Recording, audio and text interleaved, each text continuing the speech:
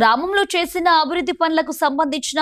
పాత బిల్లులు ఇవ్వడం లేదని నిరసిస్తూ మొగులపల్లి మండలం వేములపల్లి గ్రామ మాజీ సర్పంచ్ బెల్లంకొండ మాధవి శ్యామ్ సుందర్ రెడ్డి దంపతులు గ్రామ పంచాయతీకి తాళం వేశారు. గతంలో చేసిన పనులకు ప్రస్తుత ప్రభుత్వం నిధులు మంజూరు చేసినప్పటికీ వాటిని డ్రా చేసి ఇవ్వాల్సిన గ్రామ పంచాయతీ పాలక వర్గం గ్రామ పంచాయతీ సెక్రటరీ నిర్లక్ష్యం చేస్తున్నారని ఆరోపిస్తూ దీనికి నిరసనగా తాళం వేసినట్లు తెలిపారు. అభివృద్ధి చేసి పెట్టుబడి పెట్టి ఏండ్లు గడుస్తున్నప్పటికీ ప్రభుత్వం గత పనులకు సంబంధించి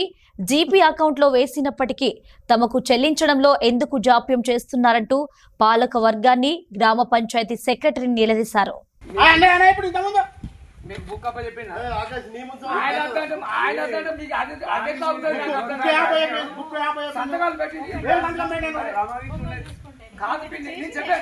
నీకు సంతకాలు పెట్టిన తర్వాత